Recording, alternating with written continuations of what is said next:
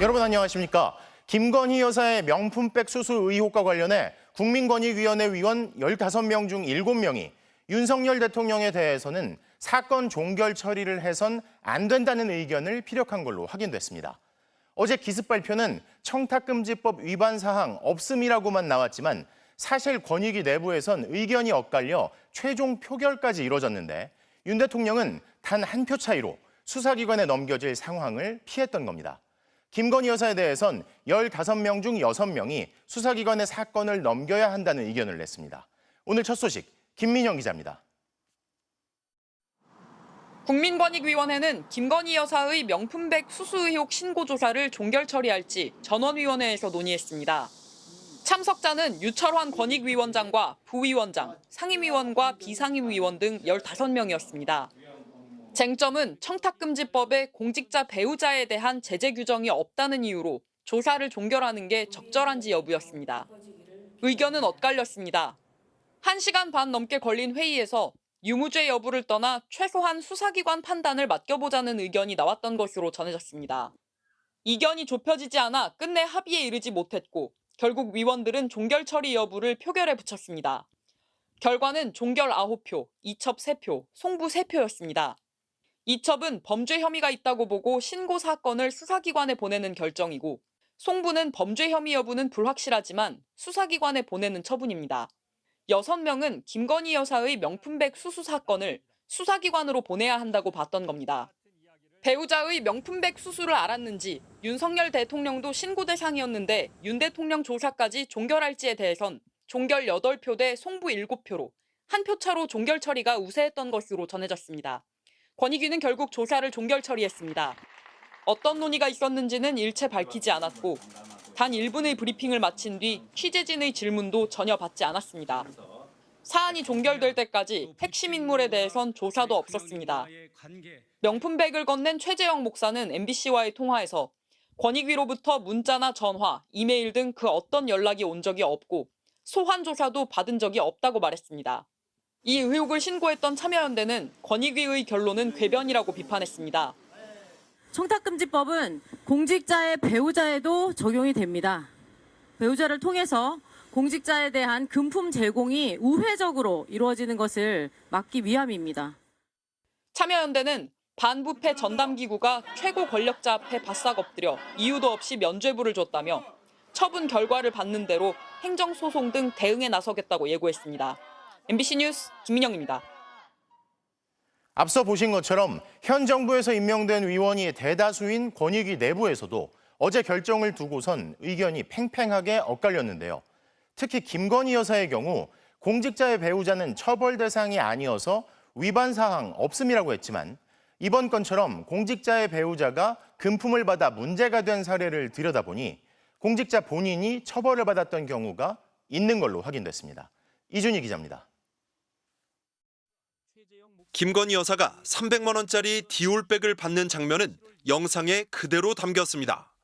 그래서 아니 이거 자꾸 왜 세우세요? 아유 그냥 뭐 다음부터는 뭐 못해도 진품이라면 100만 원이 넘으니 금액 기준으로는 청탁금지법 위반입니다. 하지만 청탁금지법으로는 김 여사를 처벌할 수는 없습니다. 배우자는 처벌 조항이 없기 때문입니다. 하지만 조사까지 하지 말라는 건 아닙니다.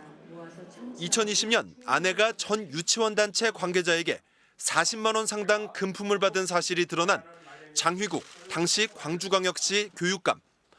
경찰은 장 교육감 아내를 참고인으로 불러 조사했습니다. 교육감인 남편의 직무와 관련 있는 금품인지 등을 확인하기 위해서였습니다. 결국 핵심은 공직자 본인입니다. 김 여사가 받은 디올백도 윤석열 대통령의 직무와 관련한 금품인지 확인이 필요한 겁니다. 사후 조치도 중요합니다. 장 전 교육감은 아내의 금품 수수를 알고 교육청 감사관한테 바로 신고했습니다. 서면으로 신고하면 공직자도 처벌을 피할 수 있습니다. 하지만 윤 대통령이 김 여사의 디올백 수수 사실을 알고 서면으로 신고했는지는 확인되지 않고 있습니다. 청탁금지법 대상자가 배우자의 금품 수수로 인해 처벌 대상이 된 사례도 있습니다. 권익위 사례집을 보면 한 학교의 교직원 친목회 임원들이 교장의 남편에게 320만 원을 주었다 과태료 처분을 받은 사례가 나옵니다. 감사 결과 교육청은 아내인 교장에 대해 청탁금지법 위반으로 과태료 처분을 해달라고 학교법인에 요청했고 법원이 심리 중입니다. 교육청은 교장이 돈 지급 사실을 알면서도 신고나 반환 요구 등 처리 절차를 이행하지 않았다고 했습니다. 윤 대통령이 디올백 수수 사실을 언제 알았는지 그리고 신고나 반환 절차를 했는지 조사가 필요한 이유입니다. 권익위는 윤 대통령과 김 여사를 상대로 어떤 조사를 했는지 밝히지 않고 있습니다. MBC 뉴스 이준입니다. 국민권익위가 김건희 여사 명품백 수수 의혹 사건을 종결 처리한 데 대해 이원석 검찰총장이 입장을 밝혔습니다. 증거와 법리대로 한다면 대통령실과의 갈등은 없을 것으로 생각하고 또 기대한다며 권익위 결정에 얽매이지 않고 검찰은 검찰대로 수사 일정을 차질 없이 진행하겠다는 겁니다. 박솔립 기자입니다.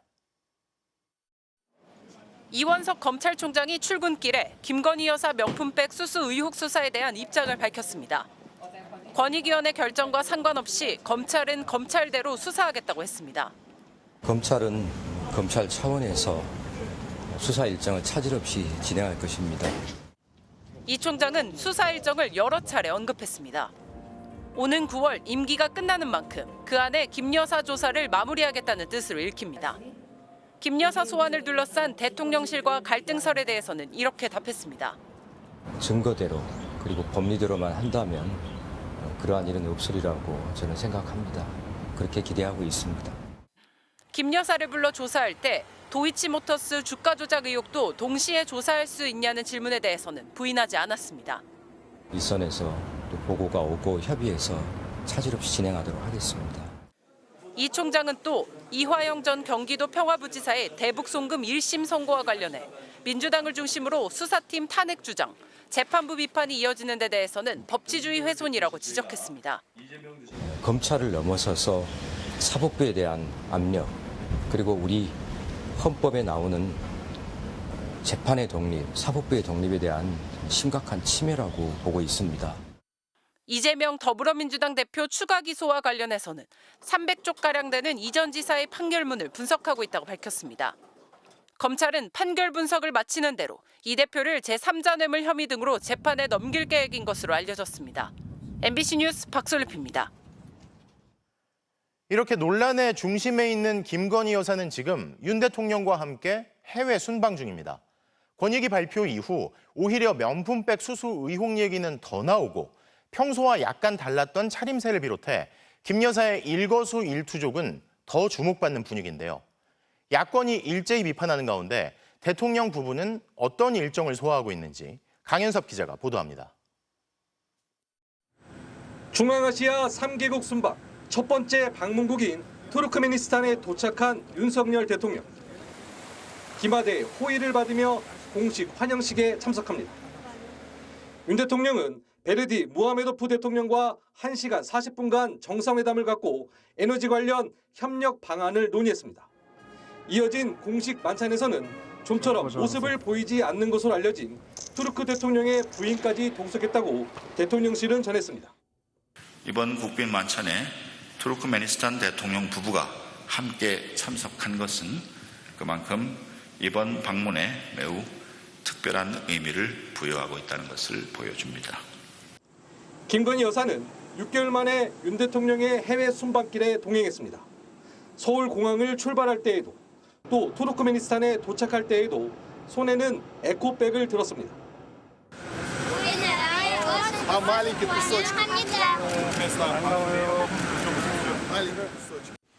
김 여사는 윤 대통령과 함께 독립기념탑 헌화와 식수 등 행사에는 참석했지만 더 이상 공식 행사나 언론 노출은 없었습니다.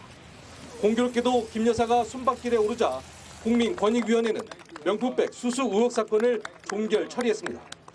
민주당은 권익위가 대통령 부인에게 뇌물을 줘도 괜찮다는 걸 알려줬다며 날을 세웠고 조국 혁신당은 국민권익위가 아닌 여사 권익위라고 비꼬았습니다. 그러니까 대통령께서 순방만 나가시면 모든 것이 착착 일이 이루어지고 해결이 된다라는 느낌이 좀 드는데 윤석열 대통령 부부는 오늘 두 번째 순방국인 카자흐스탄으로 이동합니다. 김 여사는 동포간담회와 친교 만찬 등 더 많은 행사에 참석할 예정인데 국내에서의 논란을 의식하기보다는 영부인으로서 공식 행사에 집중하겠다는 의도로 보입니다. 아시가바트에서 MBC 뉴스 강현서입니다.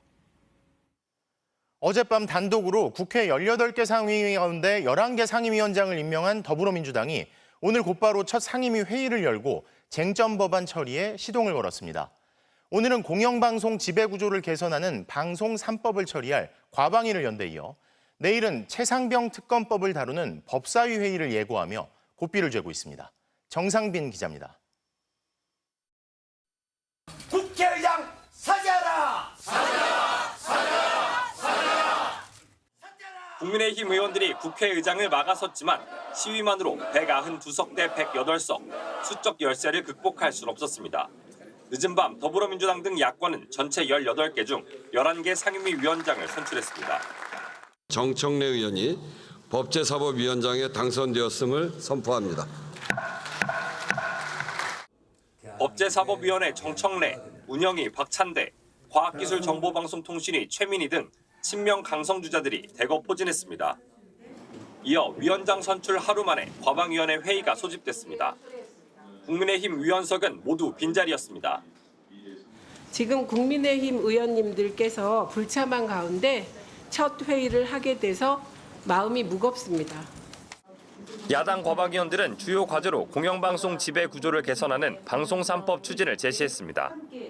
공영방송을 비롯한 대한민국의 방송과 언론이 현재 절체절명의 위기입니다. 윤석열 정권 하에서 언론 탄압 그리고 방송 장악이 갈수록 심화되고 있습니다. 민주당의 당론 1호 법안인 최상병 특검법을 맡은 법사위는 내일 첫 회의를 예고했습니다. 과방위, 법사위 모두 일단 야당복 간사를 뽑고 법안을 심사할 소위를 구성하는 등 위원회를 정비한 뒤 법안 심사에 착수할 예정입니다. 민주당은 국회법 절차를 모두 활용해 대정부 공세 수위를 끌어올릴 계획입니다. 상임위별로 부처 업무 보고를 요구하고 불응하면 청문회를 추진하는 한편 각 쟁점별 국정조사, 임시국회 내 대정부 질문도 동시다발적으로 진행하기로 했습니다.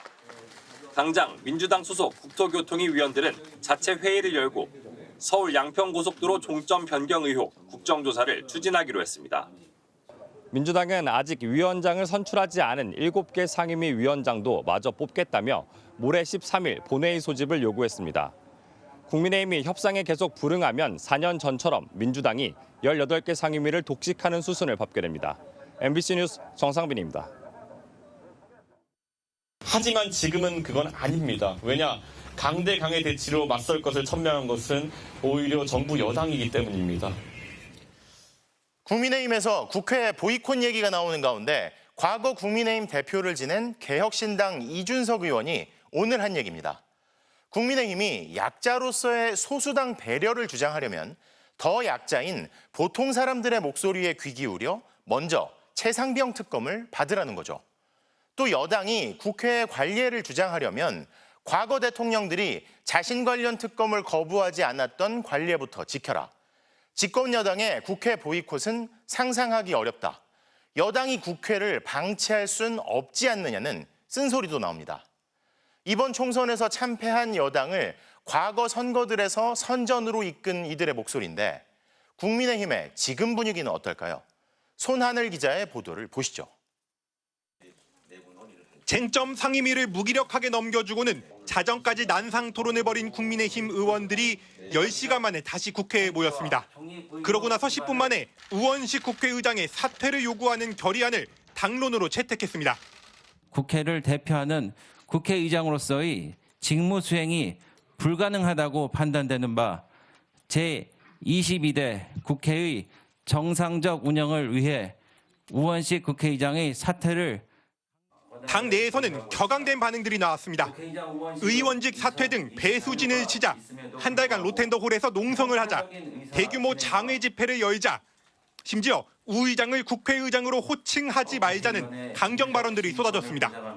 국민의힘은 일단 민주당이 일방 선출한 상임위원장들의 회의 소집을 전면 보이콧하기로 했습니다. 선출된 상임위원장을 저희들은 인정하기 어렵다 하는 말씀을 드리고 거기서 진행되는 의사 일정에 관해서도 전혀 동참하거나 협조할 수 없다는 점을. 겉으로는 단일대오, 강경한 목소리를 내고 있지만 속내는 복잡합니다. 당장 민생이 어렵고 국민들의 피로도가 높은 상황에서 막무가내로 국회 일정을 거부하다가 오히려 역풍이 불 거라는 우려 때문입니다. 최상병 특검법을 대통령이 또 거부했을 경우 부결시키기 위해 재표결에만 참석한다면 민심은 더 돌아설 수밖에 없습니다. 또 개각에 따른 인사청문회와 국정감사 등이 줄줄이 예정된 만큼 마냥 보이콧하는 것도 불가능합니다. 당 관계자는 4년 전 민주당이 상임위를 독식했을 때는 야당 신세였지만 지금은 소수일지언정 집권 여당이라며 대통령이 있고 권력을 쥔 여당이 왜 보이콧을 하느냐는 국민의 인식을 피하기 어려워 고민이라고 전했습니다. 국민의힘은 각 상임위를 거부하는 대신 자체 정책특위 15개를 만들어 대정부 협의를 열고 민생 현장을 점검한다는 방침입니다. 하지만 자체 특위만 가동해서는 민생 법안 처리가 불가능하다는 점에서 이 같은 대안이 얼마나 유지될지는 의문입니다. MBC 뉴스 손하늘입니다.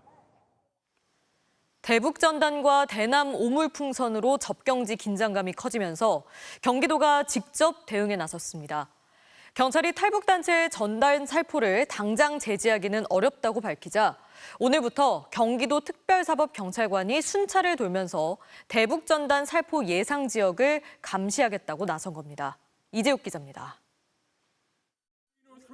탈북민 단체가 대북전단이 담긴 풍선을 북쪽으로 날립니다. 북한 인민이여 일어나라 이렇게 단체들이 전단을 날리는 장소는 접경지인 경기 북부입니다.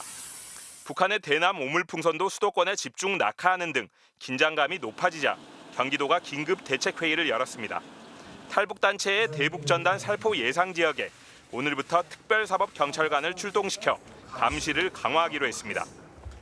경기도는 평화를 위협하는 행위에 단호히 대처하면서 도민 안전을 지키겠습니다. 전단 살포 예상 지역의 특사경 출동은 바로 즉각할 수 있도록. 경찰이 탈북단체의 살포 행위를 제재할 수 없다고 하자 지자체가 직접 나선 겁니다. 경찰은 오물풍선만으로는 국민 생명 신체에 대한 급박한 위협으로 판단할 수 있는지 또 이를 막을 법적 근거가 있는지 명확하지 않다는 입장인 반면 경기도는 여기서 상황이 악화되면 재난 발생 우려 단계로 볼 수 있다며 선제 조치에 나선 겁니다. 또 실제로 북한의 위협 강도가 높아질 경우 위험지구를 지정해 전단 살포 행위를 단속할 계획입니다. 재난안전법에 따르면 기초단체장은 안전과 질서 유지를 위해 위험구역을 설정해 해당 구역의 출입 등을 금지할 수 있습니다. 실제 경기도는 지난 2020년 포천과 파주, 김포, 고양, 연천 등 5개 시군을 위험구역으로 설정해 대북전단 살포 관계자의 출입을 통제하고 관련 물품의 준비나 운반을 금지시킨 적이 있습니다. 하지만 탈북민 단체 등은 계속 대북전단을 보내겠다는 입장입니다. 통일부는 이 단체들과 조만간 간담회를 갖기로 했지만 대북전단 살포 자제를 요청하지는 않을 것이라고 밝혔습니다. MBC 뉴스 이재욱입니다. 2년 전 700억 원대 횡령 사건으로 홍역을 치렀던 우리은행에서 또 횡령 사건이 발생했습니다. 기업 대출 업무를 담당했던 30대 영업점 직원이 100억 원대 대출금을 빼돌린 게 적발된 건데요. 금감원이 긴급 검사에 나섭니다. 박윤수 기자의 보도입니다. 경남 김해에 있는 우리은행 영업점입니다. 우리은행은 어제부터 이 지점에서 특별검사에 나섰습니다. 기업 대출 업무를 담당한 8년차 대리급 직원 한 명이 고객들의 대출금을 빼돌린 사실이 드러난 겁니다. 이 직원은 올해 초부터 대출 신청서와 입금 관련 서류를 위조해왔는데 본사가 파악한 횡령액만 100억 원에 달합니다. 전국에 있는 취급한 여신들을 감리하는 부서가 있는데 이상한 패턴이나 시그널을 보고 이상 징후를 포착한 은행이 소명을 요구하자 해당 직원은 어제 갑자기 경찰에 자수했습니다. 경찰은 이 직원이 횡령한 돈을 가상화폐와 해외 선물 등에 투자했다가 40억 원가량 손실을 본 것으로 파악하고 있습니다. 우리은행에선 2년 전에도 차장급 직원의 700억 원대 횡령 사건이 벌어졌습니다. 당시 행장은 국회 국정감사장에서 사과하며 재발 방지를 약속했습니다. 저희 우리은행이 정말 각고의 노력으로 거듭날 수 있도록 최선을 다하도록 하겠습니다. 우리은행 측은 정상적인 감시 체계로 먼저 적발했다는 입장이지만 영업점 직원의 횡령이 몇 달 동안 지속됐다는 점에서 내부 감시 통제가 미흡했던 것 아니냐는 지적이 나오고 있습니다. 내부적인 혁신 방안에 위비된 점이 있어서 발생한 것인지 아니면 은행에서 준수를 안 해서 한 것인지 좀 면밀히 살펴보아서 앞으로 이제 좀 대응책을 마련하도록 하겠습니다. 금융감독원은 내일부터 우리은행에 대한 현장 검사에 나설 예정입니다. MBC 뉴스 박윤수입니다. 오늘 경북 경주의 낮 최고 기온이 36도까지 치솟았습니다. 일부 지역에는 때이른 폭염주의보가 내려지기도 했는데요. 기상청은 올 여름이 예년보다 무더울 것으로 전망했습니다. 이승엽 기자입니다. 부산 해운대 해수욕장. 사람들이 더위를 피해 바다에서 물놀이를 즐깁니다. 백사장으로 몰려나와 바다에 발을 담그기도 합니다. 도심 공원을 찾은 사람들도 양산을 꺼내 들었습니다. 날씨가 화창하고 좋아가지고 밖에 나왔는데요.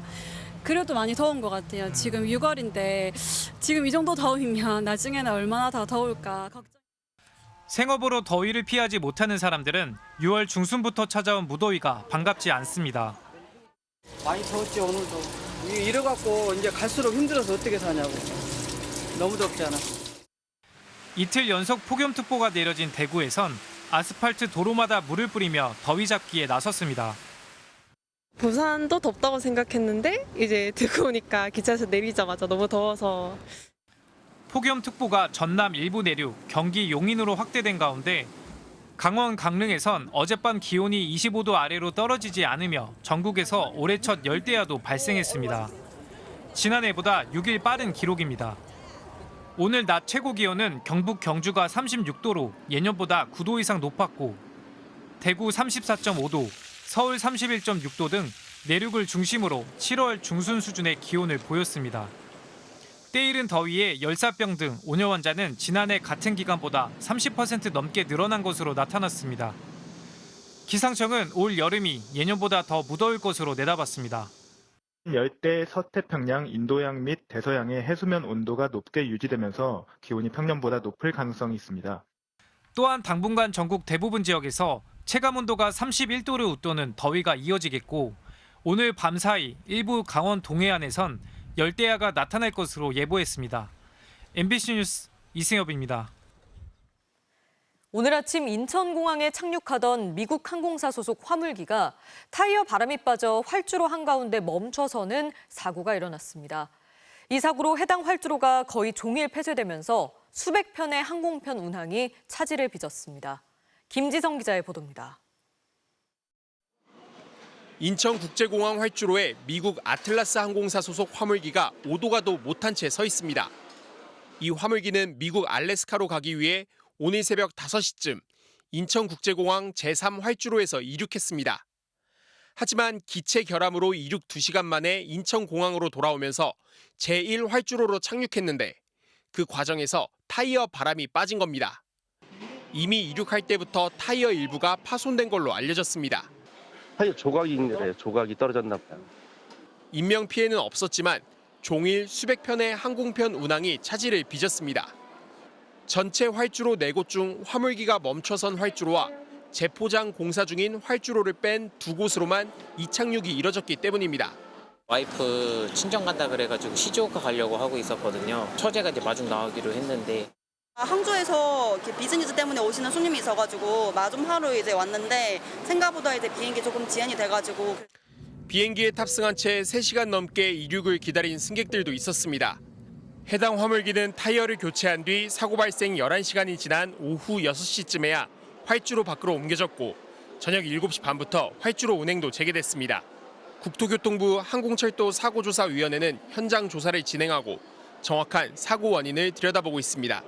MBC 뉴스 김지성입니다. 건설업은 불황이라는데 서울 핵심 지역의 분양가는 하루가 다르게 치솟고 있습니다. 물가가 오르면서 공사비 부담이 커졌기 때문인데요. 계속 오르기만 하는 분양가가 집값을 더 끌어올릴 수 있다는 우려도 나오고 있습니다. 보도에 박철현 기자입니다. 서울 광장동 한강이 보이는 역세권에 고급 아파트 128세대가 들어섭니다. 올 1월 분양을 시작했는데 분양가는 3.3제곱미터에 1억 3,337만 원, 역대 최고 수준입니다. 84제곱미터 아파트 분양가는 최대 44억 원으로 주변 아파트 시세의 3배입니다. 그럼에도 청약 경쟁률은 6대1을 기록했습니다. 초반에 많이 됐다 보니까 이제 거의 90% 정도 가까이 돼서 없어요. 팔사는 아예. 경쟁률이 442.3대1로 올 들어 가장 높았던 강남의 또 다른 아파트 단지입니다. 이곳 분양가 역시 역대 두 번째로 높은 7천만 원에 달했습니다. 주택도시보증공사 허그에 따르면 지난 4월 기준 민간 아파트 평균 분양가는 1년 사이 전국 기준 17.3%, 서울은 26.7% 급등했습니다. 분양가 급등은 공사비 탓입니다. 해외에서 들어오는 원자재 값이 천정부지로 올라간 원인이고요. 또 한 번 올라간 그 원자재 값은 내려오지 않습니다. 잘. 여기에 이제 그 인건비도 올라가고. 고분양가에도 청약이 몰리는 건 새 아파트에 대한 수요가 크고 서울에선 집값이 분양가보단 떨어지지 않을 것이란 기대감도 작용한 것으로 보입니다. 이 때문에 지난해 고분양가 논란으로 계약 포기가 잇따랐던 상도동의 한 아파트 단지도 지금은 계약이 90% 넘게 마무리됐습니다. 지금 이제 5구 타입 같은 경우는 마감이고 7사 타입은 이제 임의 공급 계약 취소분 한 3-4개 정도 있고요. 그렇다고 계속된 분양가 상승을 방치하는 것은 문제입니다. 건설사들이 공사비를 이유로 신규 착공에 나서지 않으면서 향후 3년간 공급 물량이 크게 줄어들 것으로 예상되기 때문입니다. 이는 집값을 안정화하려는 정부의 부동산 연착륙 대책에도 영향을 미칠 수 있다는 우려가 나오고 있습니다. MBC 뉴스 박찬현입니다. 외식비가 만만찮게 올랐다는데 삼겹살 가격도 처음으로 1인분에 2만 원을 넘어섰습니다. 김밥, 짜장면 가격도 줄줄이 인상되고 있는데요. 재료값이 오른 탓이라고는 하는데 밖에서 식사 한번 하는데도 부담이 커지고 있습니다. 박진주 기자가 보도합니다. 지난달 서울의 외식 삼겹살 1인분 200g의 평균 가격은 2만 83원으로 조사됐습니다. 지난 4월 19,981원에서 102원이 올랐고 3년 전인 2021년 5월 가격 16,581원과 비교하면 약 3,500원이 올랐습니다. 3년 새 21%가 오른 셈입니다. 7년 전 처음 16,000원대를 기록했던 삼겹살 200g의 가격은 매년 가파르게 올라 작년 12월부터는 19,000원대를 넘어섰고 이후 5달 만에 2만 원을 돌파한 겁니다. 삼겹살뿐만이 아닙니다. 서민들이 한 끼 식사로 즐겨 먹는 김밥, 자장면 등 먹거리도 줄줄이 올랐습니다. 원재료인 김 가격이 오르면서 김밥 한 줄 가격은 평균 3,423원으로 자장면 한 그릇은 7,223원으로 올랐습니다. 여름철 대표 메뉴인 냉면과 삼계탕, 칼국수의 경우 지난 4월과 비슷한 수준이지만 일부 유명 식당 가운데는 이미 냉면 16,000원, 삼계탕 2만 원까지 가격이 오른 곳도 있습니다. 정부 차원에서도 쓸 수 있는 카드를 조금 빨리 써서 인상의 폭을 조금 낮출 수 있는 모든 가용 자원들을 조금 동원할 필요가 있을 거라고 보여집니다. 한국소비자연맹은 물가 상승 분위기에 편승해 그동안 억제돼 있던 물가까지 덩달아 오르지 않도록 정부가 시장 감시를 하고 자영업자들에 대한 세제 지원이나 관세 인하 등의 조치를 해야 한다고 강조했습니다. MBC 뉴스 박진주입니다.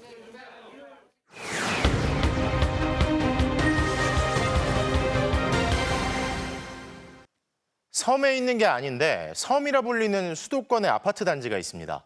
1,600세대 넘게 입주했는데도 사람 다닐 길이 제대로 마련돼 있지 않아 주민들이 불편을 겪고 있기 때문이라는데요. 제보는 MBC 정한솔 기자가 취재했습니다. 경기 고양시 장항동 공공주택지구 주민들은 자신들이 사는 곳을 장항섬이라 부릅니다. 걸어 나갈 수 있는 보행로가 아직 없기 때문입니다. 정말 차 없으면 그냥 여기 집에 갇혀 살아야 되는 섬에 갇힌 것 같은 느낌? 가까운 마트도 차 없이는 갈 수 없습니다. 주민 성하연 씨가 아들 연준 군과 길을 나섰습니다.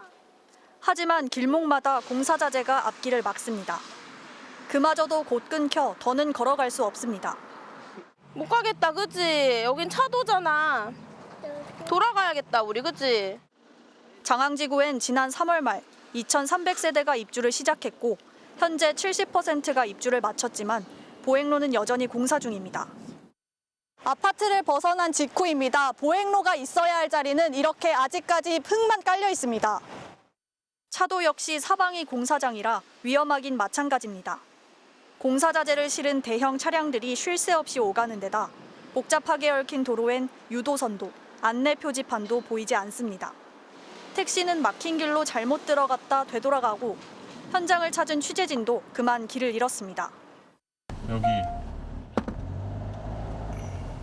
길이 아예 끊어져 있어. 여기 길이 왜 이렇게 나 있지? 복잡한 도로에 구급차 출동마저 지연될 정도입니다.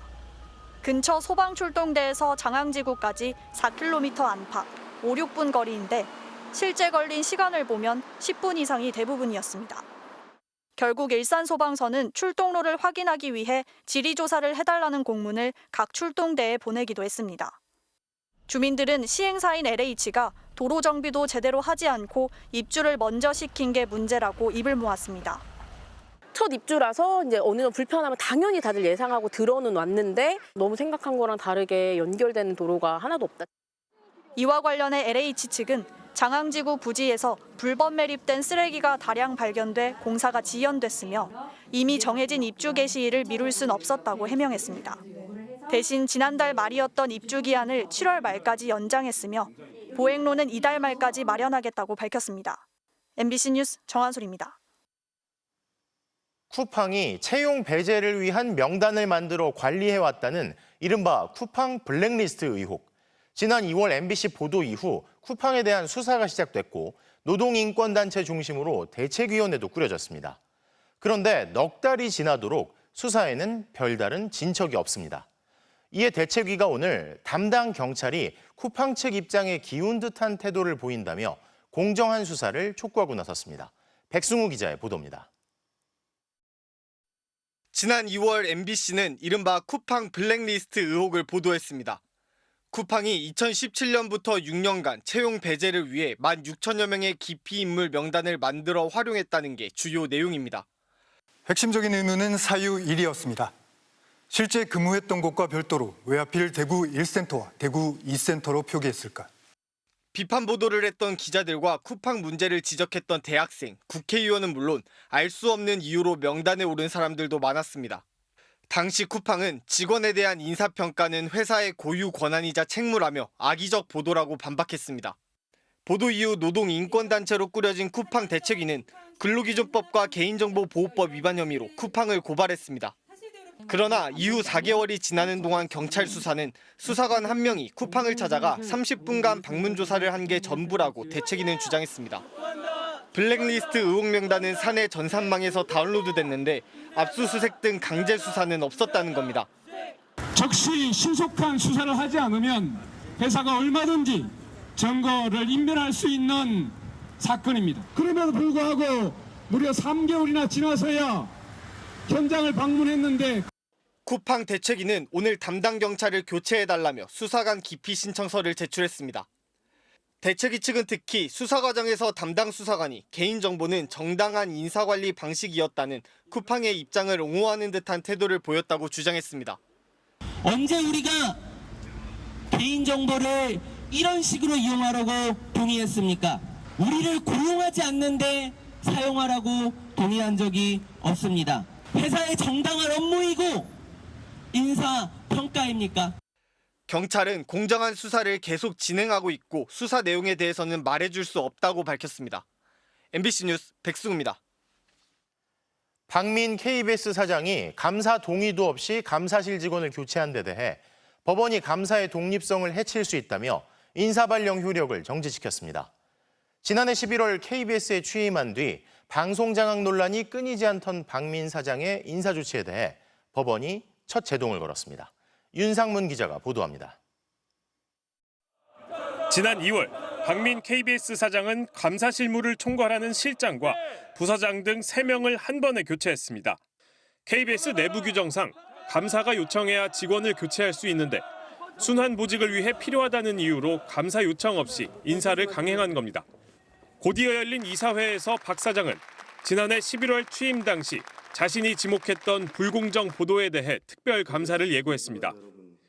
내부에선 방송 장악에 이은 감사실 장악, 감사 방해란 비판이 나왔습니다. 자리에서 물러나게 된 직원 3명은 감사 독립성이 침해됐다며 법원에 효력을 멈춰달라는 소송을 냈고 법원은 넉 달 만에 이들의 손을 들어줬습니다. KBS의 인사 조치에 대해 중대한 절차적 하자가 있어 무효로 보는 게 타당하다며 인사 발령 효력을 정지시킨 겁니다. 재판부는 감사의 독립성이 저해될 우려가 있다고 지적했습니다. 보직 순환 차원에서 인사 조치가 필요했다는 사측 주장은 긴급성이 소명되지 않았다며 받아들이지 않았습니다. 지난해 11월 박민 사장 취임 이후 방송 장악 논란이 이어지고 있습니다. 취임 직후엔 제작진과 협의 없이 시사 프로그램을 폐지하거나 진행자를 교체했다는 내부 비판이 잇따랐습니다. 최근 공개된 경영평가 보고서에선 땡윤 뉴스라는 지적 등 박 사장 취임 이후에 대한 비판이 초안에 실렸다 대거 삭제된 것으로 드러나기도 했습니다. 감사실 부서장 교체 당시에도 기존의 특별감사를 방해하고 과거 KBS 보도와 프로그램을 폄훼하려 시도한다는 비판이 일었는데 결국 법원이 제동을 건 겁니다. 이번 법원 결정에 대해 KBS는 법률적 논의를 거쳐 후속 대응에 나설 것이라고 밝혔습니다. MBC 뉴스 윤상문입니다. 서울 강남권에서 인천공항까지 헬기를 타고 가면 얼마나 걸릴까요? 일반인도 이용할 수 있는 헬기 택시가 첫 선을 보였는데 잠실에서 인천공항까지 20분 만에 도착했습니다. 그럼 요금은 얼마일까요? 오유림 기자가 취재했습니다. 서울 잠실 한강변에 중형 헬기 한 대가 이륙을 준비합니다. 신분증으로 신원 확인을 거친 승객들이 탑승합니다. 마주보는 좌석에 최대 12명까지 탈 수 있습니다. 목적지는 인천국제공항입니다. 차를 타면 2시간이 걸리는 거리를 이제 하늘길을 통해 20분이면 갈 수 있습니다. 플랫폼 기반 항공 서비스로 요금은 1인당 편도 44만 원입니다. 예약은 휴대전화 앱으로 할 수 있는데 통상 출발 날짜 2주 전에 해야 합니다. 비용을 고려해 최소 탑승 인원을 맞춰야 하고 서울지방항공청에 운항 승인을 받는 데 시간이 걸리기 때문입니다. 인프라와 축적된 수요 고객 데이터가 가까운 미래에 도래할 UAM 산업 부흥기의 촉진제 역할을 할 것이라고 기대하고 있습니다. 미래의 도심 항공교통수단인 UAM은 하늘길을 이용해 교통체증을 피하고 전기에너지로 소음과 비용을 줄일 차세대 교통수단으로 꼽힙니다. 지금은 기존 헬기를 이용하지만 내년쯤 한국형 K-UAM이 상업운전에 처음 투입됩니다.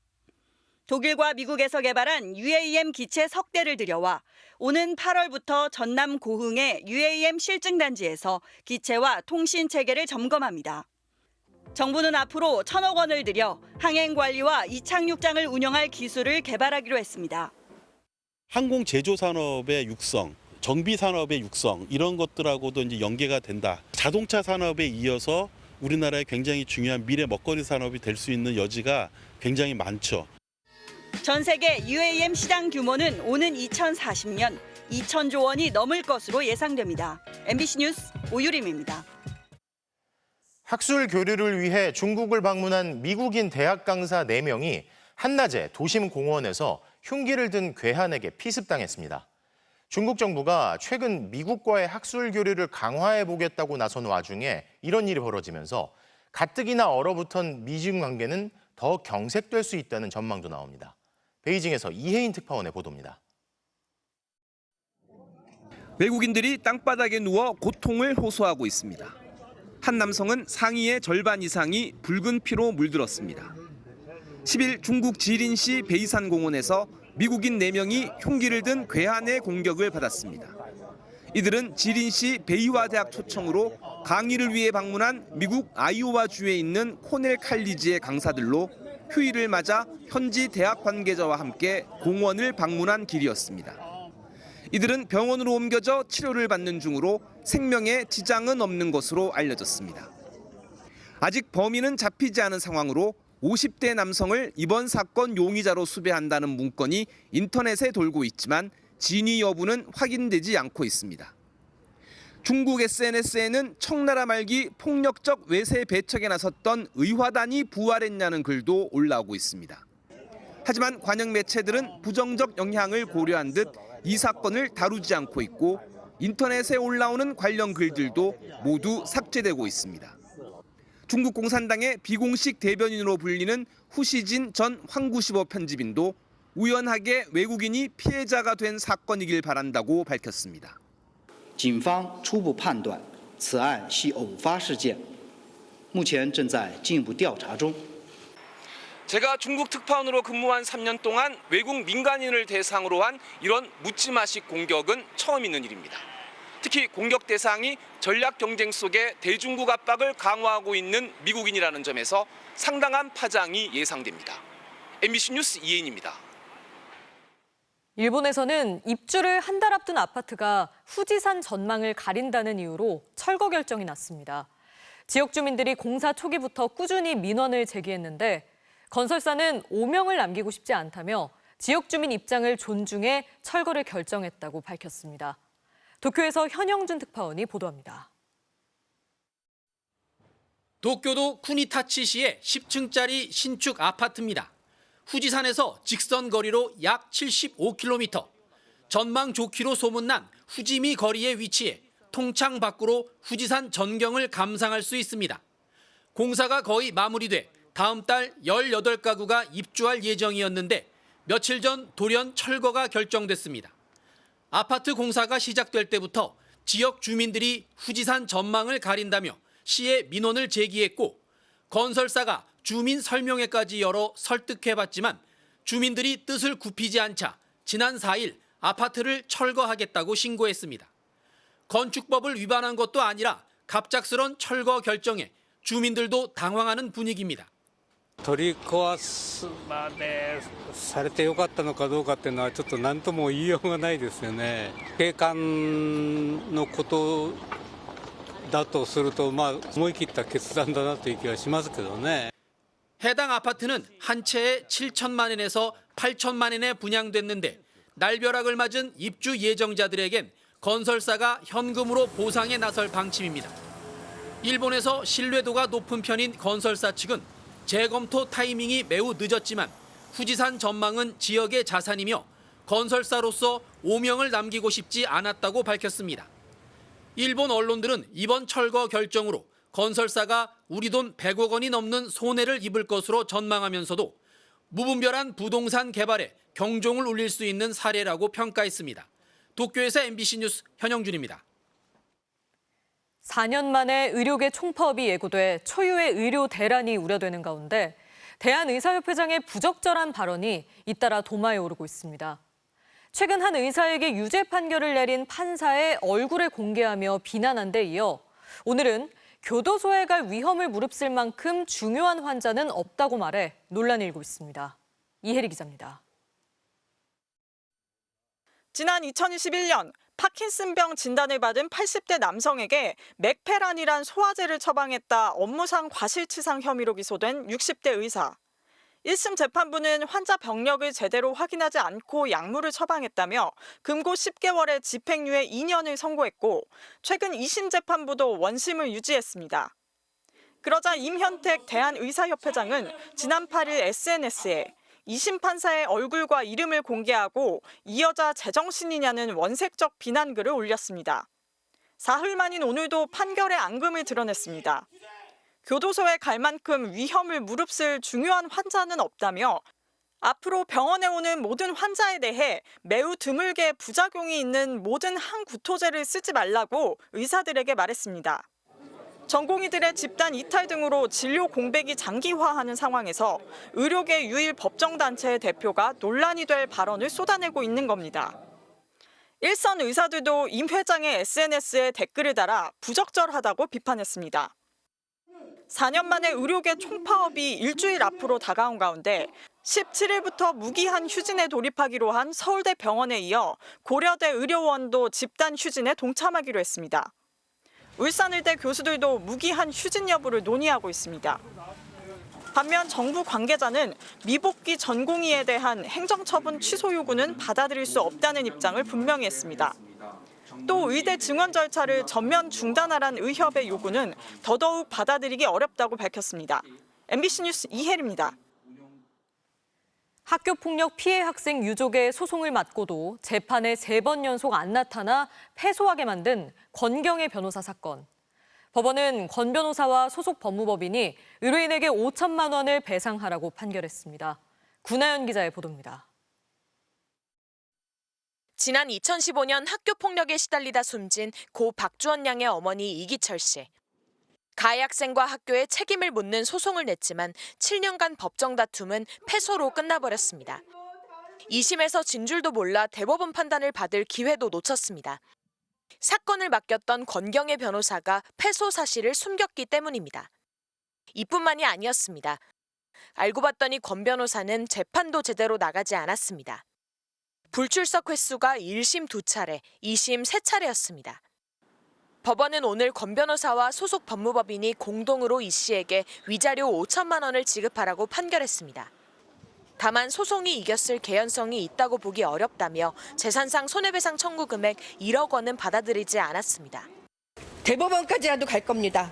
그 과정이 제가 힘들고 제가 또 쓰러질 수 있지만 쓰러지지 않게 독하게. 권 변호사는 재판 내내 한 번도 나타나지 않았습니다. 어떠한 해명도 안 했고 사과도 안 했어요. 그렇게 제가 사람의 도리를 해달라 얘기를 하는데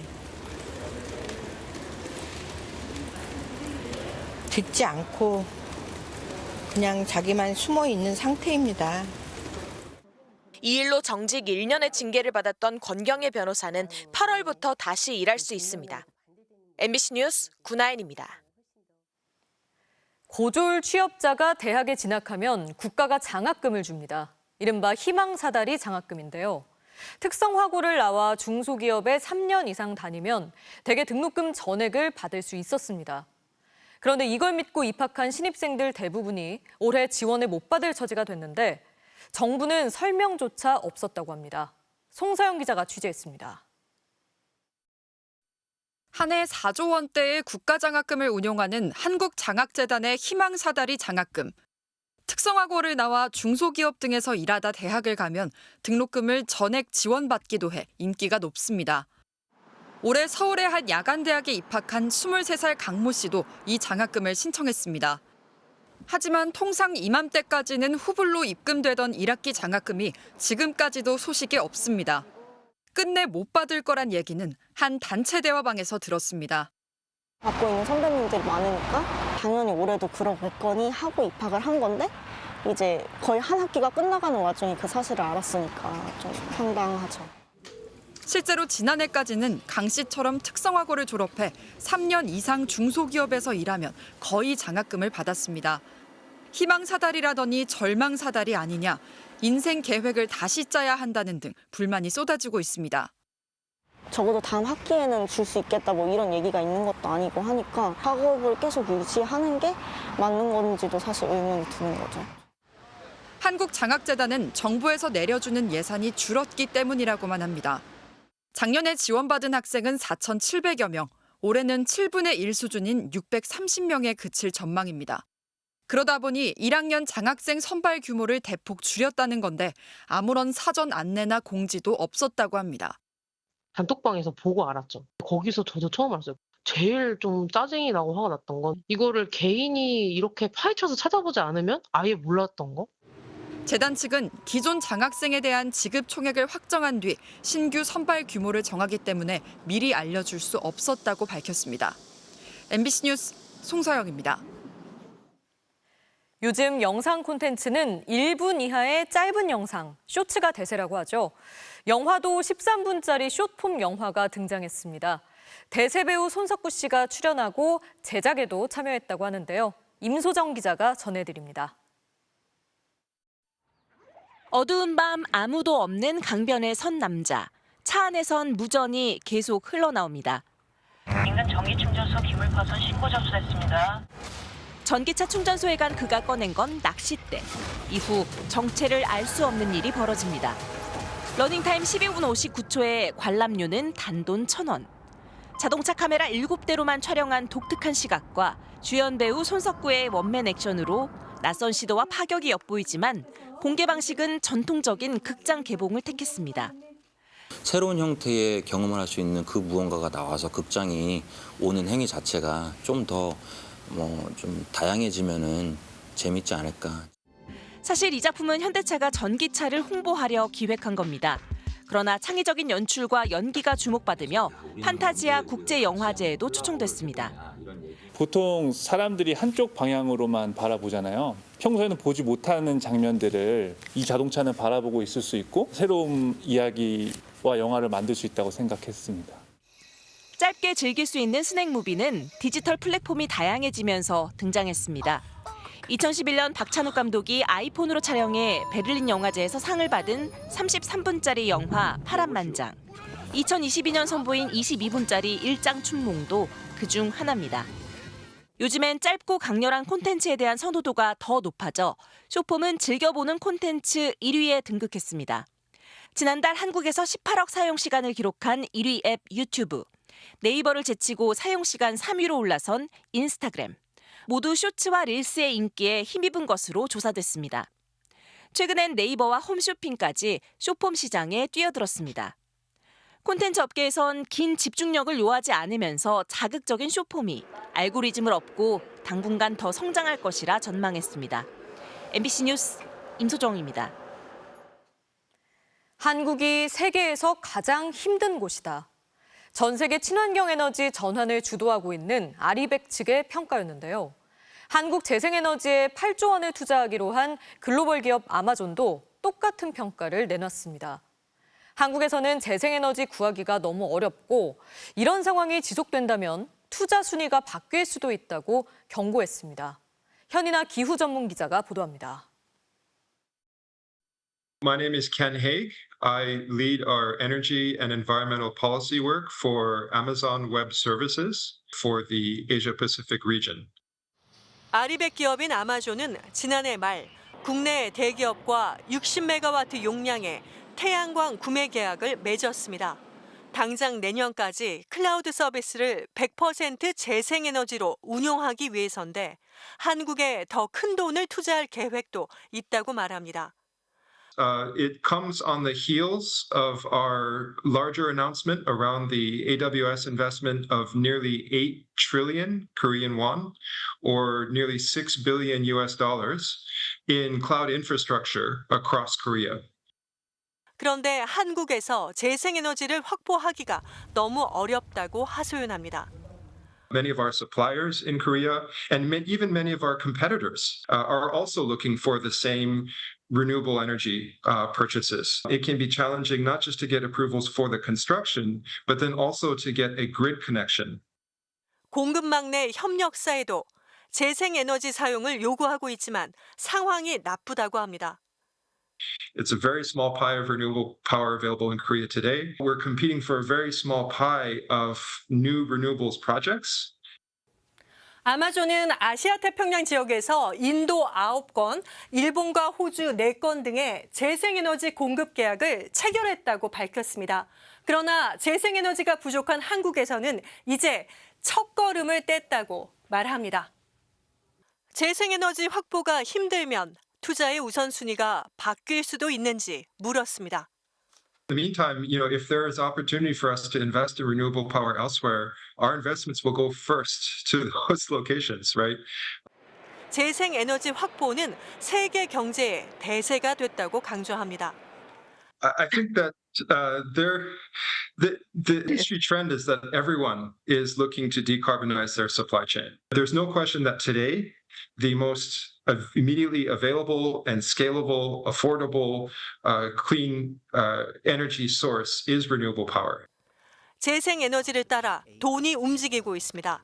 충분한 재생에너지가 없다면 투자와 일자리도 붙잡기 힘들어지고 있습니다. MBC 뉴스 현인아입니다. 베이징 올림픽 금메달 신화를 함께한 김경문 감독과 4번 타자 이승엽.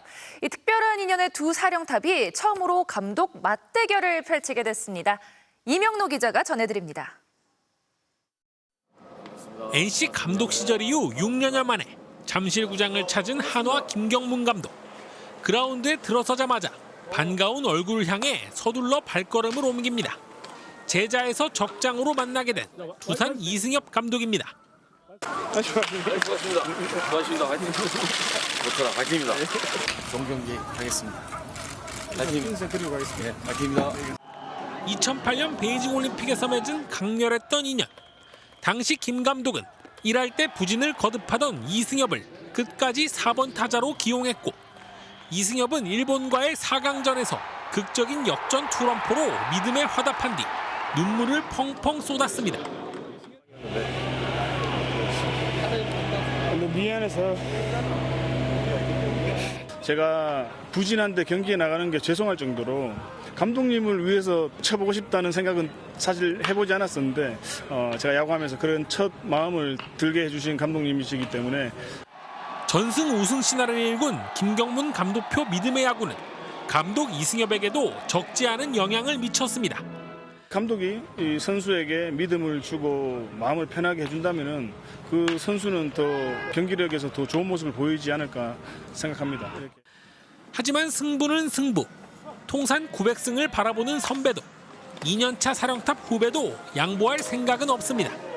대전에서 하고 오셨으면은 저희도 마음이 편했을 텐데 감독님께는 죄송스럽지만 900승은 하루하루씩 미루시는 그런 플레이를 하고 싶습니다.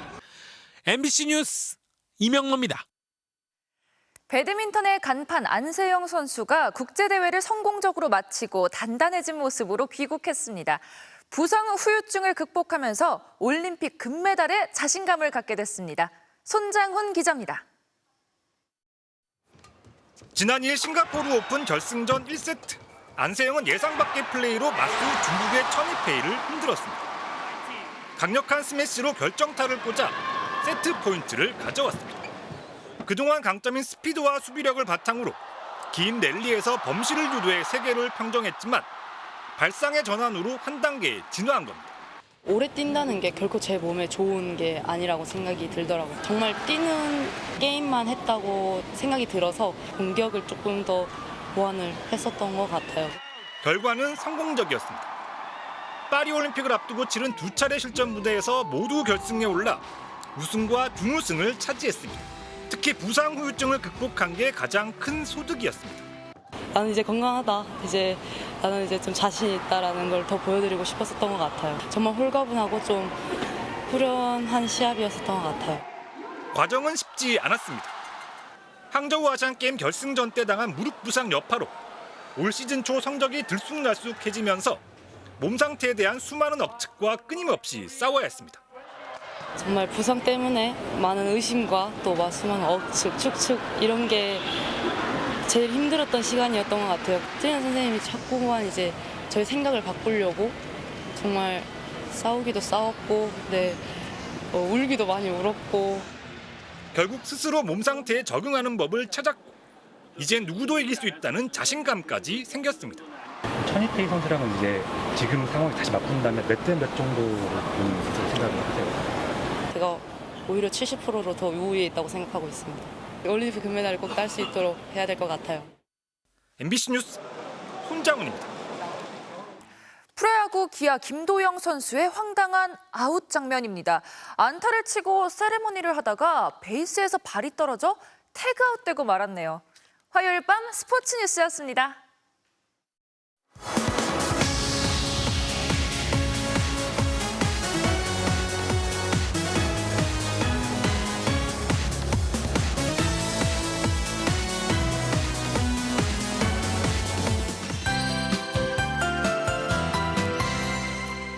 뜨거운 열기의 부산 해운대해수욕장은 벌써 한여름입니다. 폭염특보 지역인 경주가 오늘 사람 체온에 육박하는 36도까지 치솟았고 서울도 31.6도로 또다시 올 들어 최고 기온이었습니다.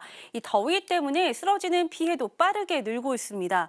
올해 온열 질환으로 쓰러진 사람이 벌써 81명으로 집계됐습니다. 작년보다 20% 이상이 증가한 건데요.